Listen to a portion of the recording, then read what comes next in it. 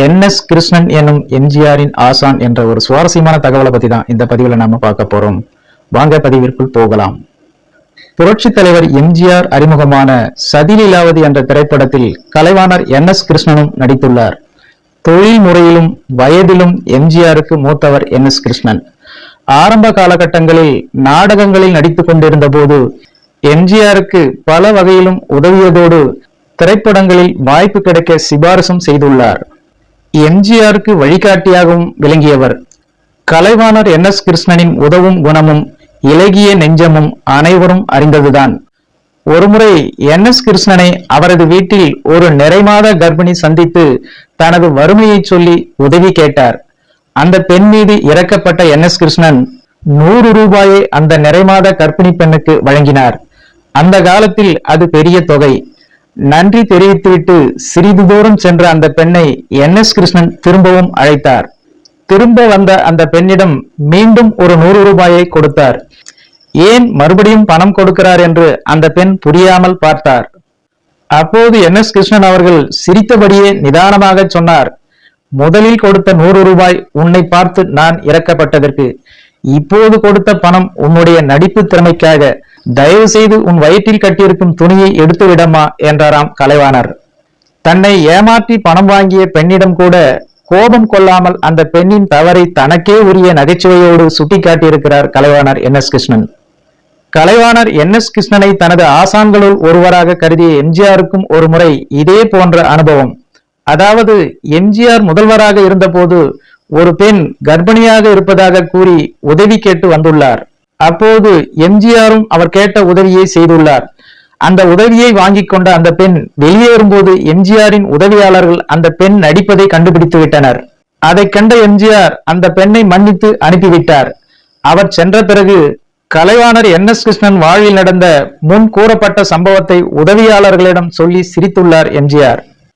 ஆரம்ப காலத்தில் மாயா மச்சிந்திரா என்ற திரைப்படத்தின் படப்பிடிப்பிற்காக என்.எஸ். கிருஷ்ணனும் எம்ஜிஆரும் கொல்கத்தா சென்றுள்ளனர். படப்பிடிப்புக்கு இடையே கொல்கத்தாவை சுற்றி பார்க்க படக்குழுவினர் புறப்பட்டனர். அப்போது ஓரிடத்தில் ஓடை ஒன்று குறுக்கிட்டது. படப்பிடிப்பு குழுவினர் ஓடையில் இறங்கி கடக்கும் போது எம்ஜிஆர் தனக்கே உரிய துடிப்போடு அந்த 6 அடி அகலமுள்ள ஓடையை ஒரே தாண்டாக தாண்டி குதித்து விட்டார். அப்படி தாண்டி குதித்ததில் அவரது செருப்பு ஒன்று அறுந்துவிட்டது. உடனே என்.எஸ். கிருஷ்ணனிடம் எம்ஜிஆர், வாங்கண்ணே, புது செருப்பு வாங்கி வரலாம் என்று கூறியிருக்கிறார். அதற்கு இன்று நேரமாகிவிட்டது, நாளை செல்லலாம் என்று பதிலளித்துள்ளார் என்.எஸ். கிருஷ்ணன். மறுநாள் காலை எம்ஜிஆர் மீண்டும் வந்து நினைவுபடுத்திய போது அவரது கையில் ஒரு பார்சலை திணித்துள்ளார் என்.எஸ். கிருஷ்ணன். அந்த பார்சலை எம்ஜிஆர் ஆவலோடு பிரித்து பார்த்தார். உள்ளே அவரது பழைய செருப்பு. என்னனே, புது செருப்பு வாங்கலாம்னு கூப்பிட்டா பழைய செருப்பையே கொடுக்கிறீங்க என்ற எம்ஜிஆரை தீர்க்கமாக பார்த்தபடி பதிலளித்தார் என்.எஸ். கிருஷ்ணன். உன்னையும் உங்க அண்ணன் எம்.ஜி. சக்கரபாணியும் நாடகத்தில் நடிக்க உங்க அம்மா அனுப்பி வச்சது பணம் சம்பாதிக்கத்தான். பழைய செருப்பு நல்லாத்தான் இருக்கு, அதை நான் தச்சு வச்சிட்டேன் என்று சொன்ன என்.எஸ். கிருஷ்ணனின் அன்பில் எம்ஜிஆர் நெகிழ்ந்து போய்விட்டார். அன்று முதல் எல்லா பொருட்களையும் முழுமையாக பயன்படுத்தவும் எளிமையாக இருக்கவும் முடிவு செய்தார் எம்ஜிஆர். அப்படி எளிமையாகவும் ஆடம்பரம் இல்லாமலும் இருக்க அவர் கற்றுக்கொண்டதற்கு ஒரு உதாரணத்தை சொல்லலாம். 10 ஆண்டுகள் தமிழகத்தின் முதல்வராக இருந்த எம்ஜிஆரின் ராமாவரம் தோட்டத்து வீட்டில் கடைசி வரை குடிநீர் குழாய் இணைப்பு கிடையாது.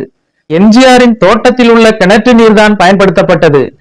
வீட்டுக்கு குடிநீர் குழாய் இணைப்பு இல்லாத ஒரே முதல்வர் எம்ஜிஆராகத்தான் இருப்பார்.